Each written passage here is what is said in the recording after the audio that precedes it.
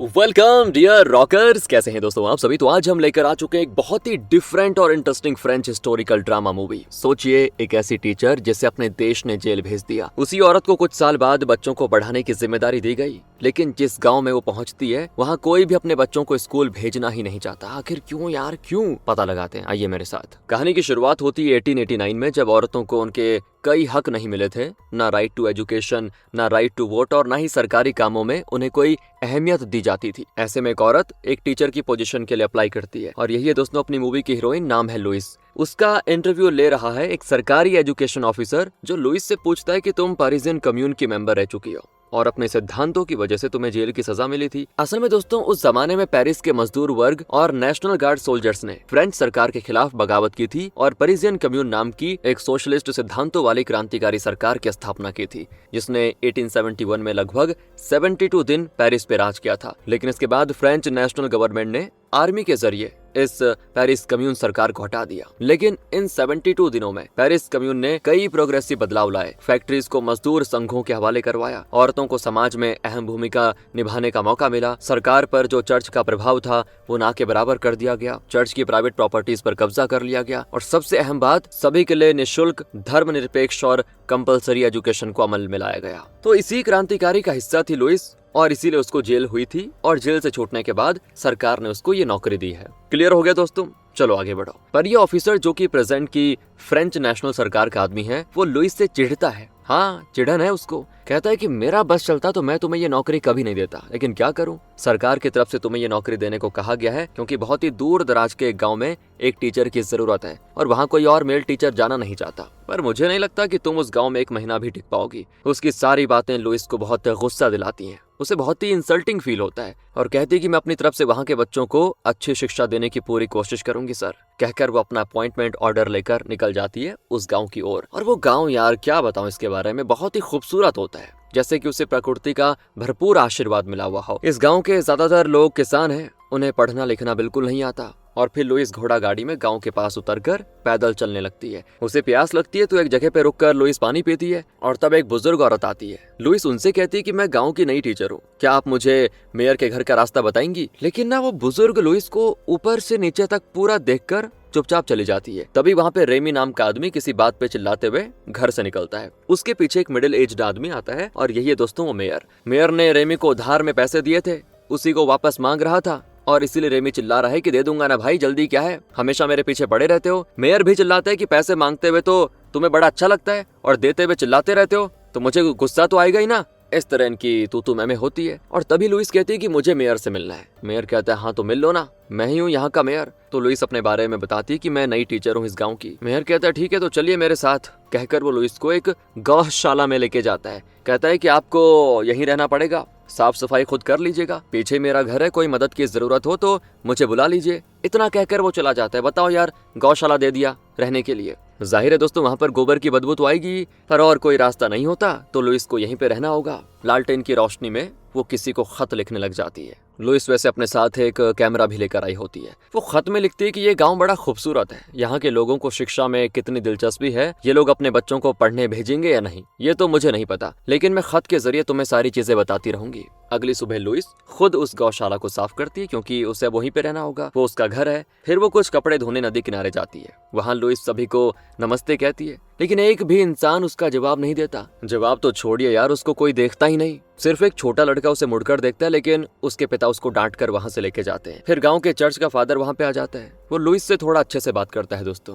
Louis पूछती है अच्छा हुआ कम से कम आप तो मुझसे बोले, वरना यहाँ तो कोई मुझसे बात भी नहीं कर रहा। फादर कहता है कि तुम नई नई आई हो ना, इसीलिए धीरे धीरे सब तुमसे बात करेंगे, टेंशन मत लो। अब लुइस नदी पे आती है तो कुछ औरतें कपड़े धो रही होती हैं, और वो अपने छोटे छोटे बच्चों को स्कूल भेजने के बजाय काम पे लगाए हुए होते हैं। तो लुइस को देखकर औरतों के बीच खुसुर फुसुर होती है कि भाई कौन होगी ये, है बड़ी नई लग रही है मैडम। फिर गांव का पोस्टमैन आकर लुइस को एक खत देता है, जो उसके लिए पेरिस से आया है दोस्तों। और तभी एक बुजुर्ग औरत और एक छोटी लड़की बाहर नजर आती है, और ये बच्ची मेयर की बेटी है दोस्तों, और वो बुजुर्ग औरत मेयर की माँ। तो लुइस पोस्टमैन से कहती है कि इस गांव के पेरेंट्स से कहिए कि वो अपने बच्चों को पढ़ने के लिए स्कूल भेजे। आपको तो गांव में सभी बहुत मानते हैं, आप ही उनको समझाइए कि कैसे भी करके बच्चों को स्कूल भेजिए, और ये भी कह दीजिए कि गौशाला में मैं स्कूल चलाऊंगी, क्योंकि मेयर ने कहा है कि यहाँ अभी तक स्कूल नहीं बना। तो पोस्टमैन भी कहता है ठीक है मैडम, कह दूंगा, सभी से कह दूंगा। अब अगले सीन की बात है तो मेयर को एक खत आता है जिसको पोस्टमैन पढ़ के सुनाता है। अब मैं बता दूं आपको, इस पूरे गांव में अगर कोई पढ़ा लिखा थोड़ा बहुत है तो वो है पोस्टमैन। कोई सरकारी खत आया है और वहाँ रेमी, मेयर की माँ और जॉन नाम का एक और आदमी भी मौजूद होता है। रेमी तो बच्चों की शिक्षा की सख्त खिलाफ है, क्योंकि बच्चे स्कूल चले जाएंगे तो काम कौन करेगा ऐसा उसका सोचना है, और काम नहीं होगा तो खाएंगे क्या ऐसा भी उसका सोचना है। बोलता है कि हम अमीर तो नहीं है, बड़े बूढ़े बच्चे सब मिलकर कमाएंगे तो ही तो गुजारा हो पाएगा। अब दोस्तों जरा एक ऑनेस्टली बताना यार बात, अगर आप रेमी की जगह होते और घर चलाने के लिए सिर्फ आपके बच्चे ही सहारा होते तो क्या आप उन्हें स्कूल भेजते या पहले पेट भरना ज्यादा इंपॉर्टेंट समझते? कमेंट्स में बताइएगा अगर टाइम लग गया तो। अगले दिन लुइस उस गौशाला को ही अच्छे से साफ करके वहाँ पर अपनी क्लास बना लेती है। दूसरी ओर मेयर लकड़ी काटने और उससे तरह तरह की चीजें बनाने में मस्त होता है। मेयर की इस गांव में बड़ी जमीन है, उसके पास काफी पैसा भी है, लेकिन फिर भी ये काम करना उसका पैशन है दोस्तों। अब लुइस तो उम्मीद लगाए बैठी होती है कि एक ना एक बच्चा तो पढ़ने के लिए जरूर आएगा, और तभी रेमी का बेटा जूड वहाँ पे आ जाता है। लुइस खुश हो जाती है कि चलो एक बच्चा तो आया, लेकिन जूड सीधे मेयर की वर्कशॉप में चला जाता है और पूछता है क्या मुझे यहाँ पे कोई काम मिलेगा। यस दोस्तों, वो काम मांगने के लिए आया हुआ है और मेयर भी उसे कोई काम दे देता है। तो लुइस जाकर मेयर पे बरस पड़ती है कि ये क्या कर रहे हैं आप, उसके पढ़ने की उम्र है और ये आप उसको काम क्यों दिलवा रहे हैं, और वो भी एक टीचर के सामने। अरे मैं यहाँ पर पढ़ाने के लिए आई हूँ और ये सब होते हुए देखकर मैं चुप कैसे रहूंगी बताओ। इस उम्र के बच्चों से वर्कशॉप में काम करवाना बिल्कुल गलत है, और देखना मैं आपकी शिकायत करूंगी आगे। पर मेयर कहता है ओ मैडम, अगर तुमने ऐसा कुछ करने की सोची भी ना तो सारे गांव वाले मिलकर तुम्हें गांव से बाहर कर देंगे। बेचारी लुइस चुपचाप बैठ जाती है जाकर। कुछ देर के बाद बारिश होती है, 2 दिन बीत जाते हैं लेकिन एक भी बच्चा नहीं आता। लुइस ने यार उनके लिए चेयर टेबल भी बनवा लिए होते हैं, लेकिन फायदा नहीं होता कोई भी। लुइस वैसे देखा जाए अपनी तरफ से गांव वालों से बात करती है, उन्हें शिक्षा की अहमियत समझाती है, लेकिन अब वो बुद्धि ही नहीं है उन लोगों पे, उन पे कोई असर पड़ता ही नहीं। एक भी माँ दोस्तों अपने बच्चों को स्कूल नहीं भेजती। और फिर लुइस को भी गुस्सा आ जाता है, गुस्से में वो तोड़ फोड़ मचा देती है, उदास बैठी होती है। उसकी ये हालत देखकर मेयर की माँ आकर उसे सूप देती है और पहली बार वो लुइस से बात करती है। कहती है बेटा, पहले तो तुम्हें गांव वालों का विश्वास जीतना होगा कि शिक्षा से उनके बच्चों का भविष्य रोशन होगा, शिक्षा से उनकी जिंदगी किस तरह बदलेगी ये तुम्हें उनको समझाना होगा, तभी जाकर वो अपने बच्चों को यहाँ पर भेजेंगे, नहीं तो भूल जाओ। अब यहाँ पे लुइस भी सोच में पड़ जाती है कि ऐसा क्या करूं कि ये लोग बच्चों को स्कूल भेजे। दूसरी ओर मेयर की माँ मेयर को समझाती है कि बेटा मुझे लुइस बहुत ही अच्छी लगी, इस गाँव का और हमारे बच्चों का वो भला चाहती है। मुझे तो लगता है कि भगवान ने उसे इस गांव की ही नहीं तुम्हारी भी भलाई के लिए भेजा हुआ है। तुम्हारी पत्नी तो एक बेटे को जन्म देकर भाग गई किसी के साथ, तुम और कितने दिन यूं अकेले रहोगे। मेरी मानो, लुइस को स्कूल के लिए जो कुछ सुविधाएं चाहिए तुम करके दे दो और फिर तुम मुझसे शादी कर लेना। मैं बूढ़ी और कितने दिन तुम्हारी बच्ची को देखभाल कर पाऊंगी, जरा सोचकर फैसला करो। अब माँ की बात मेयर को बड़ी ठीक लगती है। अगले ही दिन वो लुइस को लेकर अपने ही नहीं आसपास के गांव में भी लेके जाता है और पेरेंट्स को कन्विंस करने की कोशिश में होता है कि अपने बच्चों को स्कूल भेजे। तो एक आदमी कहता है कि हम भी अपने बच्चों को पढ़ाना तो चाहते हैं, लेकिन हमारे परिवार की आर्थिक हालत अच्छी नहीं है। अब अगर वो बच्चे हमारे साथ खेत में काम नहीं करेंगे तो परिवार का फायदा कैसे होगा। उनके स्कूल चले जाने से हमारे फायदे होने के बजाय नुकसान ज्यादा होगा। फिर दोस्तों लुइस एक बुजुर्ग से मिलती है और कहती है कि आप अपने पोते को स्कूल भेजिए ना, पर वो तो कह देता है अगर ये पढ़ लिख गया तो खुद को समझदार समझेगा और मुझ पे फिर हुक्म चलाएगा, मुझे घर से बाहर निकाल देगा। ये इस तरह की सोच है दोस्तों यहाँ लोगों की। फिर वो रेमी के परिवार से मिलते हैं। जूड के अलावा रेमी की एक बेटी भी है जिसका नाम है जेन। और जब लुइस कहती है कि अपने दोनों बच्चों को आप स्कूल भेजिए ना, तो रेमी जो पहले से लुइस से चिढ़ता है वो कहता है कि तुम्हारा इस गांव में कोई काम नहीं है क्या, अपने पेरिस वापस चले जाओ, तुम्हारी इसी में भलाई है, इस गांव के लोगों को तुम्हारी कोई भी जरूरत नहीं है, समझी। फिर दोस्तों लुइस पोस्टमैन के पास जाती है। वो तो कह देता है कि मैं अपने बच्चे को स्कूल भेजने को तैयार हूँ, लेकिन आपको मेरी मदद करनी होगी। असल में क्या है दोस्तों, उसकी वाइफ को लेबर पेन हो गया है, लेकिन दाई किसी दूसरे गांव में है और सर्दी की वजह से वो फिलहाल नहीं आ सकती। तो वो विनती करता है कि अगर आप मेरी पत्नी की डिलीवरी करवा सकती हैं तो बड़ी मेहरबानी होगी। लुइस कहती है ठीक है मैं कर सकती हूँ। तो लुइस पोस्टमैन की वाइफ की डिलीवरी करवा भी देती है और जच्चा और बच्चा दोनों बिल्कुल सही सलामत होते हैं। पोस्टमैन की तो खुशी का ठिकाना नहीं होता। मेयर भी हैरान हो जाता है कि जिसको मैं एक मामूली सी टीचर समझ रहा था वो तो ये काम भी जानती है, कमाल है यार। इस घटना के बाद लुइस के लिए मेयर के दिल में इज्जत बढ़ जाती है और वो अपनी बेटी को स्कूल भेज देता है। कहता है कि और कोई भेजे या ना भेजे, मैं तो अपनी बेटी को स्कूल जरूर भेजूंगा। इसको एक काम करिए, आप अच्छी शिक्षा दीजिए ताकि ये भी आप ही की तरह दूसरों का भला कर सके। और वैसे मुझे भी पढ़ना लिखना नहीं आता, क्या इस उम्र में मुझे भी शिक्षा मिल सकती है? तो लुइस कहती है, अरे शिक्षा पाने की कोई उम्र नहीं होती, आप भी शिक्षा पा सकते हैं। मेयर अच्छी स्माइल करता है, कहता है कि काम खत्म करके मैं भी पढ़ने आ जाऊंगा। फिर पोस्टमैन के 2 बच्चे भी आ जाते हैं। अपनी क्लास में 3 बच्चों को देखकर लुइस को बिल्कुल अलग खुशी होती है। इस बारे में वो किसी को खत भी लिखती है और फिर कुछ फोटोज क्लिक करके खत के साथ भेजती भी है। अब गांव के लोग लुइस से बात करने लग जाते हैं धीरे धीरे। लगता है लुइस ने उनका विश्वास जीत लिया है। एक एक करके सारे पेरेंट्स अपने बच्चों को स्कूल भेजने लग जाते हैं। मेयर भी क्लास में आकर पढ़ाई करता है, लेकिन यार जूड अभी भी स्कूल नहीं आया होता। वो तो बस मछली, मेंढक, खरगोश ये सब पकड़ने में मस्त रहता है। फिर सरकार की तरफ से कुछ कुर्सियां आती है स्कूल के लिए, मतलब उन्हें अरेंज करने में मेयर लुइस की मदद करता है। उन दोनों को साथ में काम करते देखकर मेयर की माँ को बड़ी खुशी होती है, तसल्ली होती है कि चलो अगर आगे चलकर दोनों की शादी होती है तो बहुत बढ़िया हो जाएगा। दोस्तों, जो बच्चे बाहरी दुनिया के बारे में कुछ नहीं जानते थे, उन्हें लुइस शिक्षा के जरिए दुनिया भर की जगहों के बारे में बताने लग जाती है।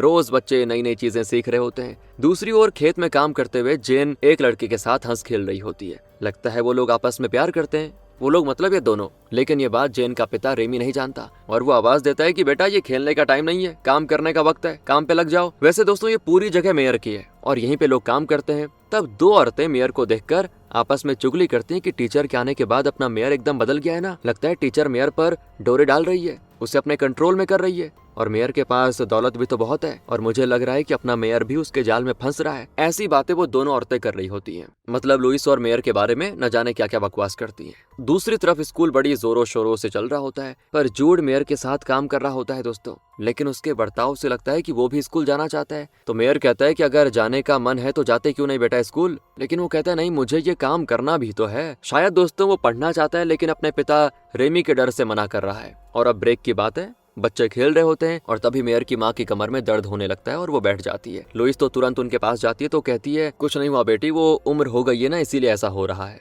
लुइस उनके पास बैठती है तो वो कहती है इस बच्ची की किस्मत तो देखो, इसे जन्म देकर इसकी माँ किसी के साथ भाग गई। यार कोई माँ ऐसा कैसे कर सकती है। उसके जाने के बाद मैंने अपने बेटे से कई बार बोला कि दूसरी शादी कर लो, लेकिन ये मेरी सुनता ही नहीं। वैसे अकेली औरत को इस गांव में इज्जत कहाँ मिलती है बेटी, लोग तरह तरह की बातें करेंगे, इसलिए बुरा मत मानना, लेकिन कहती हूँ तुमसे मेरे बेटे से शादी कर लो। तुम दोनों यहाँ पे बहुत ही सुखी रहोगे, इस बच्ची को भी माँ मिल जाएगी। वैसे मैंने तो अपने दिल की बात कह दी बेटी, पर मैं जानती हूँ कि तुम्हारा भी एक बीता हुआ कल होगा और उस दुख दर्द को छुपा कर ही तुम यहाँ पे इतना अच्छा काम करने आई हो। अगर मुझे अपने पास्ट के बारे में बताना चाहती हो तो बता सकती हो, वरना कोई जोर जबरदस्ती नहीं है। तो लुइस यहाँ पर बड़े आदर के साथ कहती है कि मेरी क्लास का टाइम हो चुका है, मैं बाद में आपसे बात करूंगी। कहकर वो चली जाती है। स्कूल की छुट्टी होने के बाद लुइस मेयर को पढ़ाने लगती है और तब मेयर डायरेक्टली पूछ लेता है कि मैं तुमसे शादी करना चाहता हूँ, तुम्हें अभी अपना फैसला बताने की जरूरत नहीं है, सोच समझ के बता देना, कोई जबरदस्ती नहीं है, मैं इंतजार करूंगा। हाँ वैसे कल तुम्हारे लिए एक सरप्राइज रखा हुआ है मैंने,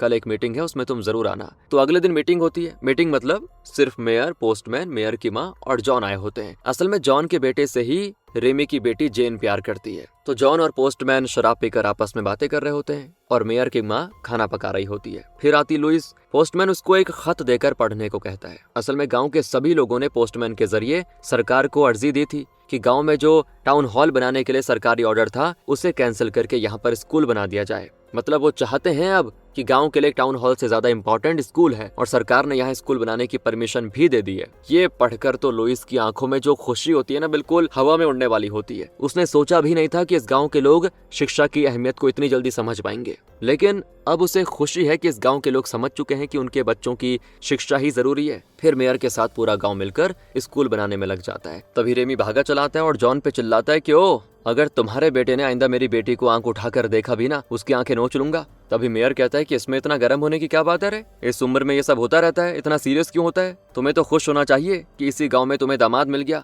रेमी भी जरा शांत हो जाता है दोस्तों। फिर वो मिलकर शराब पीने लग जाते हैं और नशे में पोस्टमैन बताने लग जाता है कि लुइस मुझे जो खत पोस्ट करने के लिए देती है ना, उन सभी को मैं पढ़कर ही पोस्ट करता हूँ। वो पेरिस में किसी को अक्सर खत लिखती रहती है। इस तरह वो खत में लिखी सारी बातें इन लोगों को बता देता है। दूसरी ओर गौशाले से स्कूल की चीजें नए स्कूल में शिफ्ट कर रहे होते हैं और तब कुछ बच्चे जूड को चिढ़ा रहे होते हैं क्योंकि वो तो स्कूल नहीं आता। ये देखकर लुइस कहती है कि तुम लोग चीजें लेकर जाओ, उसे तंग मत करो। तब वो जूड से कहती है कि बेटा अभी तो नया स्कूल भी बन रहा है, तुम वहां आकर पढ़ लेना, कोई दिक्कत नहीं है। जूड कहते नहीं नहीं, मैं तो दुनिया घूमना चाहता हूँ। तो लुइस कहते अगर तुम पढ़ना सीख जाओगे तो कहानियों के जरिए तुम पूरी दुनिया की बातें जान पाओगे। अभी दोस्तों जूड ने अपनी कमर में लकड़ी का बनाया हुआ एक ट्रैप लटकाया होता है। असल में छोटे पक्षियों को पकड़ने के लिए उसने खुद अपने हाथों से ट्रैप बनाया। लगता है उसको इस तरह के क्राफ्ट में काफी दिलचस्पी है, इसीलिए वो मेयर से काम सीखता रहता है। इसी बीच वहां पर मेयर आ जाता है और उसको देखकर जोड़ चला जाता है। तब मेयर लुइस से कहता है कि प्लीज यार, उसे उसकी मर्जी के हिसाब से जीने दो। वो काम सीखना चाहता है तो तुम उसको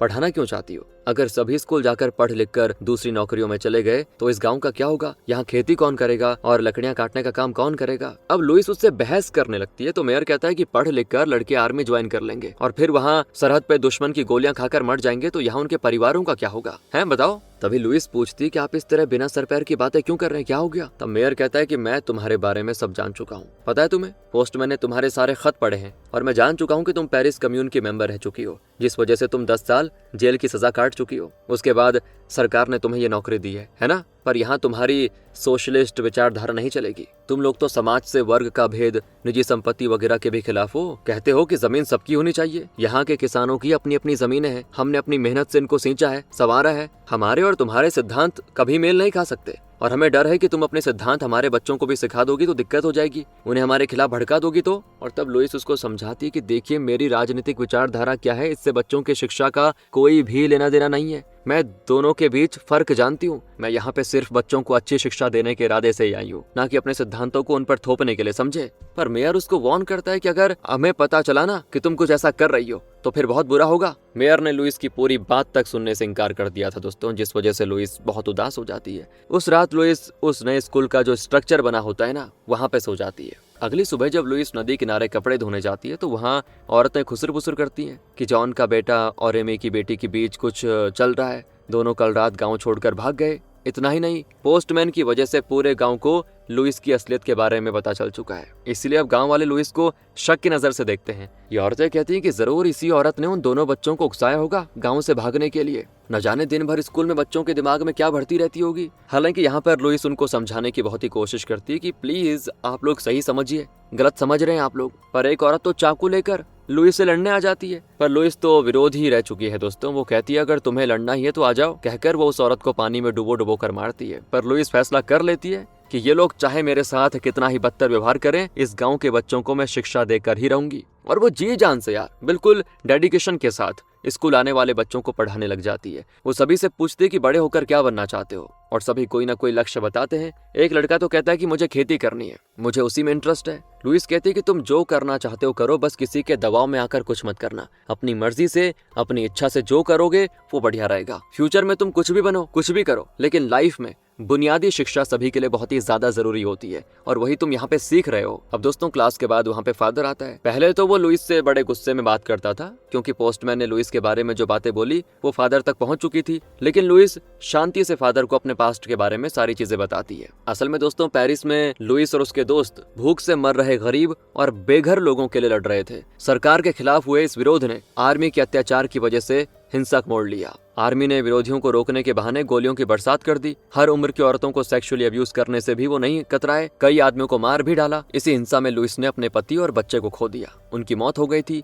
अंत में लुइस को उसके दोस्तों के साथ जेल की सजा हुई। अपने परिवार को खोकर लुइस जीना नहीं चाहती थी। उसने खुद की जान लेने की भी कोशिश की थी, लेकिन कुछ बच्चों ने उसकी जान बचाई। फिर लुइस ने जेल में रहते हुए उन बच्चों को धीरे धीरे पढ़ाना लिखाना शुरू किया और इस तरह से शुरू हुआ एक टीचर के रूप में उसका सफर। जेल से छूटने के बाद लुइस की एजुकेशनल क्वालिफिकेशन के बल पर ही उसे इस गांव में नौकरी मिली थी। अब लुइस की कहानी सुनकर फादर पहले तो उससे माफी मांगता है, कहता है कि मैंने तो तुम्हें गलत समझ लिया था। लुइस कहती है कि मेरी आइडियोलॉजी चाहे कुछ भी हो, वो सब मैं बच्चों को हरगिज नहीं सिखाऊंगी। यहाँ मेरा काम है इन बच्चों को शिक्षा देना और मैं सिर्फ और सिर्फ वही करूंगी, आप बेफिक्र रहिए। तभी वहाँ पर पोस्टमैन भाग कर आता है, कहता है कि अरे दिक्कत हो गई, मेयर की माँ चल बसी। अगले सीन में मेयर की माँ का फ्यूनरल होता है, सब बहुत दुखी होते हैं। तब लुइस पोस्टमैन से अकेले में कह देती है आइंदा प्लीज मेरे लिखे हुए खत या मुझे आने वाले खत मत पढ़ना, तुम्हारा कोई हक नहीं है इस पे, ये चीटिंग है, धोखा है और शायद आपको एहसास भी नहीं है कि आपकी इस छोटी सी गलती से मुझे कितना नुकसान हुआ है। फिर पोस्टमैन को भी दोस्तों रियलाइजेशन हो जाता है और वो माफी मांगता है उससे। इसी बीच रेमी शराब पी रहा होता है। एक ओर तो उसकी बेटी भाग गई है, दूसरी ओर जूड भी उसका कहा नहीं मानता। कभी मेयर के वर्कशॉप में चला जाता है तो कभी स्कूल को ताकता रहता है। इसका भी दोष वो लुइस पे लगाता है कि तुम्हारे आने के बाद ही इस गांव में सब चीजें गलत हो रही हैं। आगे चलकर तुम्हारी वजह से इस गांव में तो खेती भी बंद हो जाएगी। अगर सभी पढ़ लिख कर शहर चले गए तो सबसे पहले तो मैं तुम्हारे स्कूल में आग लगा दूंगा। ना रहेगा बांस, ना बजेगी बांसुरी। और मेयर जो चुपचाप उसकी बातें यहाँ पे सुन रहा होता है दोस्तों, वो झट से उसके गाल पे थप्पड़ मार देता है। कहता है कि यहाँ मेरी माँ की लाश रखी और तुम ये बकवास किए जा रहे हो। तब रेमी भी कह देता है कि सुनो मेयर, तुम इस औरत की इसीलिए इतनी तरफदारी कर रहे हो ना क्योंकि तुम्हें लगता है कि वो तुमसे शादी करने के लिए मान जाएगी, है ना? अरे वो नहीं मानेगी, शहर से आई है वो, तुम जैसे अनपढ़ गंवार से शादी क्यों करेगी बताओ? और वैसे भी इस गाँव को स्कूल की जरूरत नहीं है, हमें नहीं पढ़ना, ना किसी को पढ़ाना है। लेकिन तुमने कहा था स्कूल बनने में मदद करोगे तो हम सभी का कर्जा माफ करोगे, इसीलिए हम सब ने मिलकर स्कूल बनाने का फैसला किया था। वरना हमें क्या पड़ी थी स्कूल बनाने की, इससे अच्छा तो हम टाउन हॉल ही बना लेते। तब जाकर दोस्तों लुइस को पता चल जाता है, मतलब जैसा वो समझ रही थी कि गांव वालों को शिक्षा की अहमियत समझ आ गई इसीलिए वो अपने बच्चों को स्कूल भेज रहे हैं, नहीं, ये गलत बात थी। इन लोगों ने तो बस अपने कर्ज माफ करवाने के लिए स्कूल बनवाया था और मेयर को गुस्सा ना आ जाए इसीलिए ये लोग अपने बच्चों को स्कूल भेज रहे थे। नशे में ये सारी चीजें बक रहे रेमी को उसकी पत्नी वहां से घसीट लेके जाती है और अब मेयर की माँ के फ्यूनरल के बाद लुइस निराश होकर चर्च में बैठी होती है। उसका दिल टूट जाता है, वो गांव छोड़कर जाने का फैसला कर चुकी है क्योंकि एक और तो गांव वाले उसके बारे में तरह तरह की बातें कर रहे हैं और वैसे भी इन लोगों को अपने बच्चे पढ़ाने ही नहीं है। पर जाने से पहले वो फादर को अपने दिल का दर्द सुनाना चाहती थी। कहती है कि 10 साल पहले मेरी मौत हो गई थी फादर। जी हाँ, जिस दिन मेरे पति और मेरे बच्चे की मौत हुई ना, उस दिन मैं मर चुकी थी। असल में लुइस के पास दोस्तों जो कैमरा है वो उसके पति का है क्योंकि वो एक फोटोग्राफर हुआ करता था। तब लुइस आगे बताती है कि उस विरोध के दौरान हमारे घर में आर्मी ने आग लगा दी थी और उसी आग में मेरे पति और मेरा बच्चा जलकर मर गया। उसके बाद मैं खुद विरोध का हिस्सा बन गई। मैंने पेरिस कम्यून ज्वाइन कर लिया। इसके बाद जब नेशनल सरकार ने पेरिस कम्यून सरकार को गिरा दिया, मुझे जेल हो गई। जेल से छूटने के बाद मैं बस एक चलती फिरती लाश बन के रही। लेकिन फिर मुझे यहाँ पे बच्चों को सिखाने का मौका दिया गया तो मैं तुरंत आ गई। लेकिन यहाँ तो किसी को भी शिक्षा नहीं चाहिए, फिर मैं यहाँ रहकर क्या करूंगी? इसलिए मैं गाँव छोड़कर वापस जाने का फैसला कर रही हूँ। दूसरी ओर दिखाते हैं तो जॉन मेयर के घर पे आता है। वो कहता है कि आप रेमी की बातों का बुरा मत मानना, बेचारे के हालात ही कुछ ऐसे हैं। उसने सरकार से कम ब्याज पे उधार लिया और उन पैसों से उसने अपने खेत में बीज बोए, लेकिन बदकिस्मती देखो ना, ओले पड़े और सारी फसल बर्बाद हो गई। उधार चुकाने के लिए उसने अपनी जमीन बेच दी, इसलिए बेचारे को किसी दूसरे के खेत में काम करना पड़ गया। ऊपर से उसकी बेटी भी भाग गई है। उसका छोटा बेटा जूड भी उसकी नहीं सुनता। कभी कभी वो अपने वर्कशॉप में काम करता है तो कभी कभी स्कूल चला जाता है। अब रेमी का इस गाँव में जैसे कोई है ही नहीं, वो अकेला पड़ गया है। परेशान है बेचारा वो, इसलिए शराब पीकर उसने बक दिया होगा, माफ कर दीजिए उसको। मेयर कहता है कि मैं उसे अच्छी तरह जानता हूँ और मैंने उसकी बात का बुरा नहीं माना, तुम फिक्र मत करो। तभी लुइस आती है और कहती है कि मुझे आपसे अकेले में कुछ बात करनी थी। मेयर अपनी बेटी से कहता है, बेटा तुम बाहर जाकर गाय का दूध निकालो। पर वो कहती, नहीं पापा, मुझे पढ़ाई करनी है। और इस पर मेयर गुस्से में उसके बुक्स को नीचे फेंक देता है। कहता है कि इसीलिए मैं तुम्हें स्कूल नहीं भेजना चाहता था, कुछ ज्यादा ही चलने लगी है तुम्हारी जबान। बाप कुछ कहता है तो उसका मानना सीखो, उल्टा जवाब मत दो, बाद में पढ़ लेना, जाओ काम करो। इस तरह वो लुइस का गुस्सा अपनी बेटी पे निकाल रहा होता है और वो बेचारी चुपचाप बाहर चली जाती है। जॉन के जाने के बाद दोस्तों लुइस अपना इस्तीफा देते हुए कहती है कि मैं अब गांव छोड़ जाने का फैसला कर चुकी हूँ। मुझे पूरा यकीन है कि इस देश में कहीं ना कहीं तो ऐसा गांव होगा जहां लोगों को शिक्षा की अहमियत पता होगी, वहां जाकर मैं बच्चों को पढ़ाऊंगी। तभी मेयर कहता है, क्या तुमने जाने का फैसला कर लिया है? क्या तुम्हें मेरी भावनाओं की कोई कदर नहीं है? तो लुइस कहती है कि आप पैसों से ना तो शिक्षा को खरीद सकते हैं और ना मुझे, इसलिए मुझे जाने दीजिए। और मेयर पूछता है कि कम से कम ये तो बताती जाओ कि तुम किसे खत लिखा करती हो। लुइस बताती कि मैं अपने दोस्तों को खत लिखती हूँ जिन्होंने मेरे साथ विरोध में हिस्सा लिया। हम सब एक साथ जेल से छूटे थे, लेकिन बाद में वो फिर से हिंसक तरीके अपनाने लगे और उन्हें फिर जेल हो गई। उन्हीं को मैं खत लिखती हूँ, उन्हीं के लिए मैं यहाँ फोटोज खींच कर भेजती हूँ। लेकिन मेरा राजनीतिक सिद्धांत अभी भी वही है कि जमीन किसी एक इंसान की प्रॉपर्टी नहीं होनी चाहिए,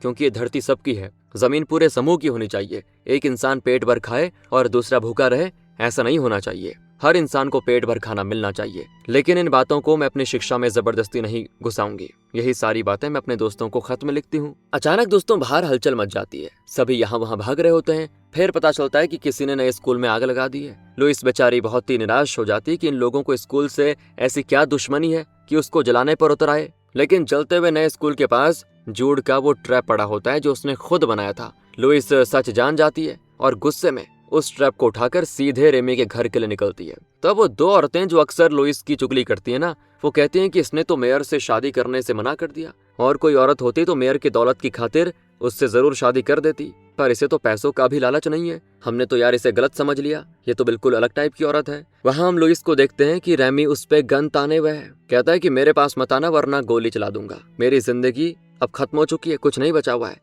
मेरी बेटी मुझे छोड़कर चली गई और अब तो मेरा बेटा भी न जाने कहाँ चला गया है। सब मुझे छोड़कर जा रहे हैं और मुझे तुमसे कोई बात नहीं करनी, तुम चली जाओ वरना गोली चल जाएगी। रेमी की वाइफ तो रोती है कि ये क्या कर रहे हो तुम। अब लुइस रेमी की ओर बढ़ती है तो वो कहता है कि पास मत आना, शूट कर दूंगा। तब लुइस कहती है कि एक बात बताऊं, तुम मुझे क्या किसी को भी जान से नहीं मार सकते, तुम अच्छे इंसान हो। और इस पर रेमी खुद को शूट कर लेने वाला होता है। तब तक लुइस कहती है कि तुम खुद को भी नहीं मार पाओगे। रेमी कहता है कि स्कूल में मैंने आग नहीं लगाई, सच बता रहा हूँ। तो लुइस कहती है वो भी मैं जानती हूँ। कहकर लुइस उसके पास जाकर उसकी गन पकड़ लेती है। तभी रेमी की वाइफ अपने पति को शांत करती है और लुइस से विनती करती है कि गांव में सब कह रहे हैं कि रेमी ने स्कूल में आग लगाई, लेकिन इन्होंने नहीं लगाई। आप हमारी मदद कीजिए, कहीं पुलिस रेमी को पकड़ कर ना लेके जाए। असल में दोस्तों आग लगाई थी जूड ने। उसे अपने पिता से चिढ़ थी, इसलिए स्कूल में आग लगाकर वो चाहता था कि इसका इल्जाम उसके बाप पे लगे ताकि उसका बाप जेल जाए और जूड आजादी से दुनिया घूमने निकल जाए। लेकिन जाने से पहले वो एक बार मेयर से मिलना चाहता था, इसलिए उसके फार्म में छुपकर बैठा होता है। मेयर उसको देख लेते और पूछता है कि क्या कर रहे हो यहाँ पे, तुम्हारा बाप वहाँ तुम्हारे लिए आंसू बहा रहा है और तुम यहाँ पे हो। तो जूड एकदम बड़े आदमी की तरह कहता है कि मैं अपने बाप से दूर चला जाना चाहता हूँ और अपनी मर्जी से जीना चाहता हूँ। वो मुझे मेरी पसंद का कुछ नहीं करने देता, मेरी हर बात में दखल अंदाजी करता है। अरे मुझे नफरत है उस आदमी से। मैं गाँव छोड़ के जा रहा हूँ और अपनी मर्जी से जीना चाहता हूँ, दुनिया घूमना चाहता हूँ। तो मेयर कहता है कि अच्छा ये बात है, मतलब तुम्हें अपने सगे माँ बाप की कोई फिक्र नहीं है, परेशानियों से डरकर भाग जाना चाहते हो कायरों की तरह। जाने से पहले एक बात सुनते जाओ, अगर मैं तुम्हारे बाप की जगह होता ना तो कब का खुद की जान ले चुका होता। इतनी मुश्किलें झेली हैं तुम्हारे बाप ने। उस जैसा मेहनती आदमी तुम्हें पूरी दुनिया में कहीं नहीं मिलेगा। उसने कभी अपने बारे में नहीं सोचा, हमेशा अपने परिवार की खातिर उसने खुद की परवाह कभी नहीं की और जी जान से मेहनत करी अपने परिवार के लिए। इस तरह मेयर जूड को समझाने लग जाता है और क्योंकि जूड मेयर को एक तरह से अपना गुरु मानता है, वो भी बात को समझ जाता है। दूसरी ओर रेमी कहता है कि स्कूल सरकार की प्रॉपर्टी है, उसमें आग लगाना कानूनन जुर्म है और वो मेरे बेटे को पकड़कर जेल में बंद कर देंगे। अब तो मैं ऐसा होने नहीं देना चाहता। ये इल्जाम खुद के सर पर लेकर मैं चला जाऊंगा जेल, लेकिन अपने बेटे को नहीं जाने दूंगा। तो लुइस कहती नहीं, ये स्कूल मेरी जिम्मेदारी है। जब पुलिस मुझसे पूछताछ करेगी तो मैं बता दूंगी आग किसी ने नहीं लगाई, कह दूंगी कि किसी और वजह से स्कूल का स्ट्रक्चर जल गया। ना तुम जेल जाओगे ना तुम्हारा बेटा। हाँ, सबसे पहले तो तुम्हारे बेटे को ढूंढना होगा। तभी पोस्टमैन आता है, कहता है कि तुम्हारा बेटा मेयर के घर में है। मेयर ने सभी को बुलाया। रेमी और लुइस मेयर के घर पे जाते हैं। वहाँ जूड मेयर के सामने कबूल कर चुका है कि उसने खुद स्कूल में आग लगाई। और जब लुइस और रेमी वहाँ पर पहुँचते हैं तो जूड और मेयर की बेटी एक साथ कोई काम कर रहे होते हैं। अपने बेटे को देखकर ही रेमी की जान में जान आती है। जूड भी इमोशनल होकर रेमी के पास भागा चलाता है और रेमी से बिल्कुल लिपट जाता है। रेमी कहता है, बेटा अब मैं तुम्हें किसी काम से रोकूंगा नहीं, तुम्हें जो करना है करो। दूसरी ओर मेयर की बेटी घर का काम कर रही होती है तो मेयर कहता है, बेटी अब से तुम्हें ये सब करने की जरूरत नहीं है, मैं संभाल लूंगा। अब से तुम्हारा पूरा ध्यान सिर्फ और सिर्फ अपनी शिक्षा पर होना चाहिए। पढ़ाई करो और जूड को भी सिखाओ। तो जूड एक पल के लिए रेमी को देखता है तो वो कहता है कि जाओ बेटा, तुम्हारी जो मर्जी करो, खुश रहो। मेयर की बेटी और जूड दोनों खुशी खुशी वहां से जाने लग जाते हैं। और ये देखकर यार सच में लुइस को भी बेहद खुशी मिलती है कि मेरा इरादा आखिरकार सफल रहा। इतना ही नहीं, मेयर एक और खुश खबरी सुनाता है। रेमी के पास फिलहाल कोई काम नहीं है, ना ही कोई आमदनी, ऊपर से उस पर उधार भी है। वो रेमी से पूछता है कि मुझे एक असिस्टेंट की जरूरत है, क्या तुम मेरे असिस्टेंट बनोगे? अच्छी सैलरी भी दूंगा। और रेमी को विश्वास ही नहीं होता। मेयर कहता है कि हाँ मेरे भाई, सच कह रहा हूँ, अगर तुम राजी हो तो अभी तुम्हारी नौकरी पक्की। तो रेमी खुशी से मान जाता है। जॉन और पोस्टमैन को भी तसल्ली हो जाती है कि चलो रेमी की परेशानी आखिरकार दूर तो हुई। लुइस को लगता है जैसे एक दिन में उसका लक्ष्य पूरा हो गया है। एक और तो मेयर ने अपनी बेटी को पढ़ाई करने को कह दिया, दूसरी ओर रेमी को नौकरी भी दे दी। फिर वो लुइस से पूछता है कि बताओ, क्या अब भी तुम गाँव छोड़कर जाना चाहती हो या यहीं रहना चाहती हो? वैसे जले हुए स्कूल को मैं फिर से बनवा दूंगा, वो भी अपने खुद के पैसों से। क्या कहती हो? लुइस सोच में पड़ जाती है। एक ही दिन में यहाँ पे जो बदलाव हुए हैं, उस बदलाव को देखते हुए लुइस का यहाँ से जाने का बिल्कुल मन नहीं करता, क्योंकि यहाँ पर अगर कोई शिक्षा के सख्त खिलाफ था तो वो था रेमी। पर अब वो पूरी तरह से बदल चुका है, अपने बेटे को पढ़ाना चाहता है। मेयर भी अपनी बेटी से घर में काम नहीं करवाना चाहता बल्कि उसको पढ़ाना चाहता है। तो लुइस कहती है कि मैं बच्चों को पढ़ाऊंगी और उन्हें काबिल इंसान बनाने की पूरी कोशिश करूंगी। अब मैं यहीं रहूंगी, लेकिन सिर्फ एक टीचर के नाते। आपके साथ पर्सनल रिश्ता जोड़ने का मेरा कोई इरादा नहीं है। तो मेयर कहता है ठीक है, जैसी तुम्हारी मर्जी, लेकिन मुझे पूरा यकीन है कि तुम धीरे धीरे मुझे समझ पाओगी और मुझे अपनी लाइफ में एक्सेप्ट जरूर करोगी। तो लुइस स्माइल करके वहां से चली जाती है। जब तक नया स्कूल नहीं बन जाता तब तक एक बड़े पेड़ के नीचे बच्चों की पढ़ाई होती है। लुइस अपने पैसों से उन बच्चों के लिए बुक्स खरीद कर देती है। पहली बार बुक्स को देखकर बच्चे बहुत ही ज्यादा एक्साइटेड होते हैं। जूड भी एक बुक ले लेता है। पेड़ के नीचे बच्चों को पढ़ते हुए देखकर लुइस उनकी एक फोटो खींचती है और इसी शॉट के साथ एक कहानी खत्म होती है। क्रेडिट्स के दौरान दोस्तों दिखाते हैं कि जूड ने अपने घर में लकड़ी का एक शेल्फ बना के रखा हुआ है। उस पर वो अपना पहला बुक रखता है। उस बुक को देखकर वो बड़ा खुश है और उसी खुशी के साथ वो खाना खाने जाता है। तभी वहां पर बैठे रेमी की आवाज बैकग्राउंड में गूंजती है कि पहले तो यहाँ कुछ नहीं था, लेकिन अब हमारे पास एक बुक है, ये पहला बुक है, आगे मेरे बेटे के पास ऐसे और भी कई बुक्स होंगे, वो खूब पढ़ेगा और इस समाज में अपनी एक पहचान बनाएगा, जिंदगी में बहुत आगे बढ़ेगा। और यही है दोस्तों इस मूवी का थीम भी। मैं तो चाहता था कि उन दोनों की शादी हो जाए, लुइस और अपने मेयर की। खैर जो भी है बढ़िया है। बाकी अगर आपको वीडियो अच्छी लगी हो, स्टोरी अच्छी लगी हो, तो फिर मिलते हैं आपको इस वाली वीडियो में जो आपको स्क्रीन पे दिख रही है। Thanks for watching.